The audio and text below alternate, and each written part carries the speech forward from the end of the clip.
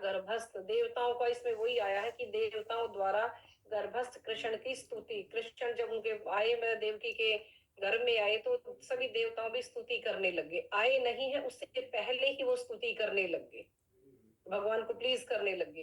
तो इसमें है स्टार्टिंग में जब कंस ने एक एक करके देवकी के जो 6 पुत्रों को मार डाल दिया था, उन्होंने कहा, नारद जी आए तो नारद जी कहे थे जितनी जल्दी ये जाएगा उतनी ही जल्दी हमारा उद्धार होगा सारे इसको देवताओं का।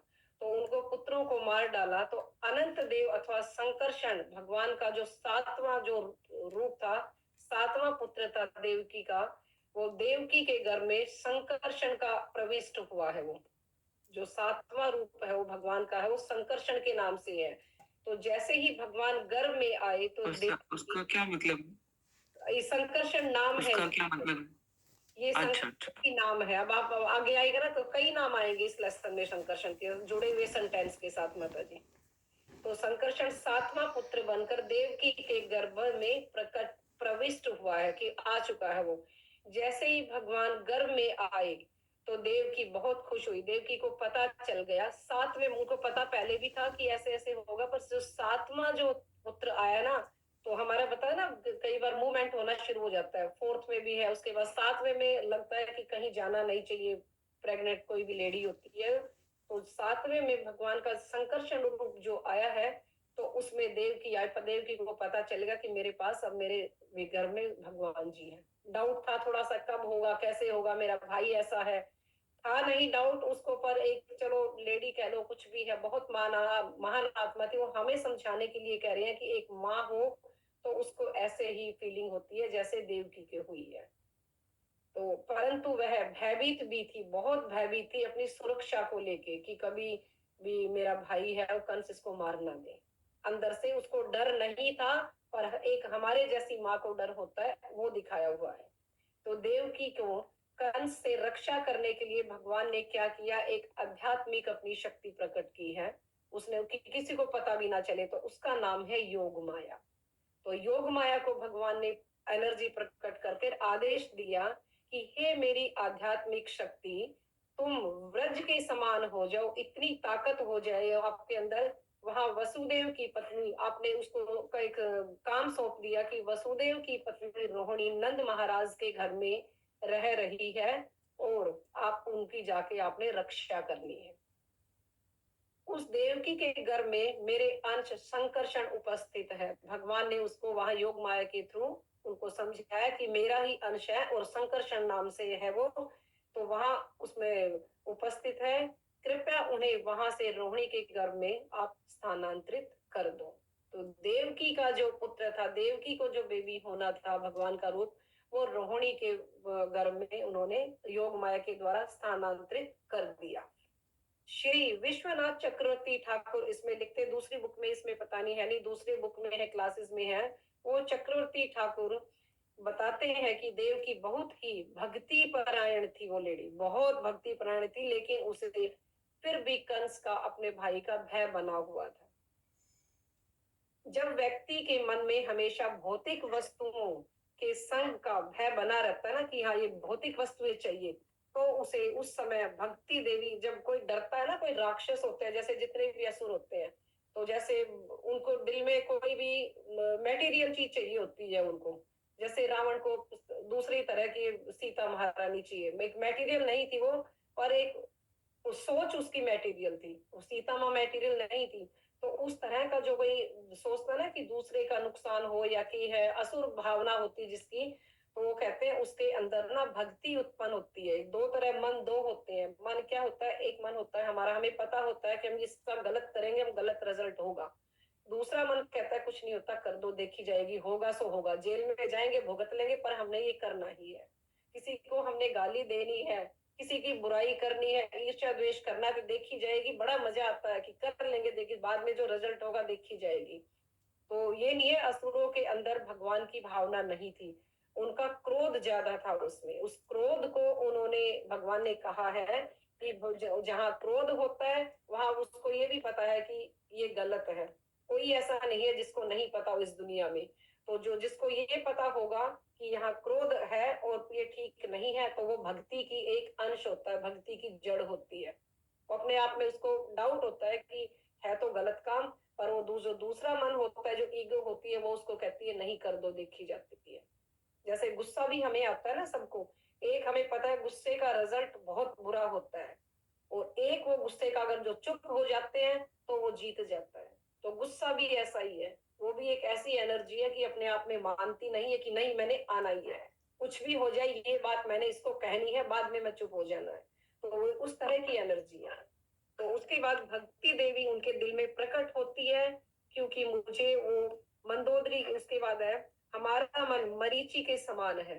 जैसे मरीची कौन थे मरीची, पता ही बताया ना लेसन में, कोई बता सकता है कौन थे मरीची? मंदोदरी के फादर थे, पिछले लेसन में, ये छोटी छोटी पॉइंट से याद होने चाहिए हमें। तो उनके फादर थे, तो उसके मरीची के आगे श्राप मिला था, मरीची के 6 पुत्र थे, जो उन्होंने श्राप मिला हुआ था कि हाँ तूने शिव जी की क्यों मानी, ब्रह्मा के पास तुम क्यों गए, तो उन्होंने श्राप मिला था अगले जन्म में भी तुम्हारा ही एक कंस होगा, फादर उसी के महादेव की के तुम पुत्र बनोगे, तुम्हारी हत्या होगी। तो वो कौन थे? उनके जो 6 पुत्र थे, वो था, उनके नाम थे, एक का काम, क्रोध, लोभ, मोह, मद और द्वेष, ये उनके नाम थे छहों के। तो जब भक्त में इन 6 शत्रुओं का नाश हो जाता है ना, कि ये कोई किसी में नहीं है, तो वो एक महान आत्मा हो जाती है। तो उस समय भगवान उनके मन में बैठ जाते हैं, अच्छी तरह से वो अपना बैठ कर ऐसा स्थान बना लेते हैं कि बस मैंने यही रहना है।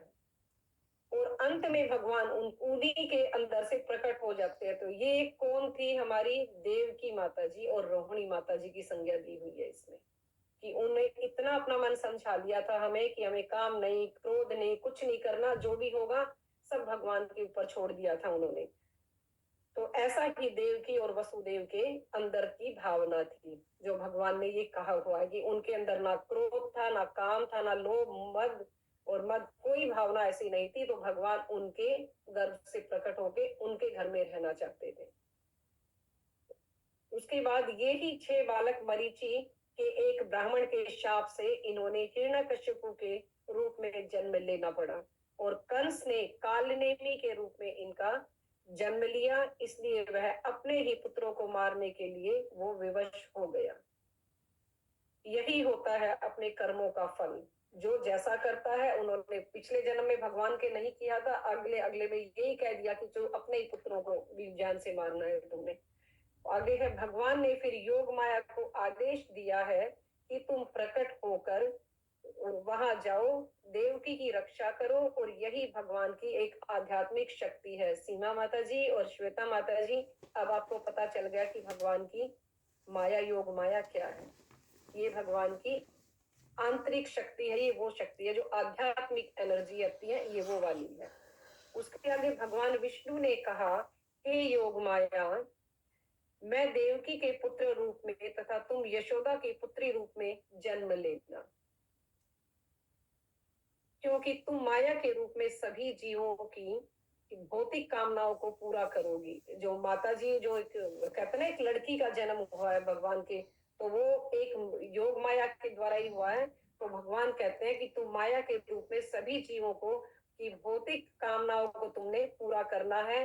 भविष्य में लोग तुम्हारी पूजा करेंगे और तुम विभिन्न नामों से जानी जाओगी। जो आज हम पूजा करते हैं दुर्गा माता जी, भद्रकाली की भी पूजा करते हैं हम, विजया देवी की करते हैं, वैष्णवी, चंडिका, शारदा और अंबिका, जो हम इनकी पूजा करते हैं, ये सारी भगवान की आध्यात्मिक शक्तियां हैं।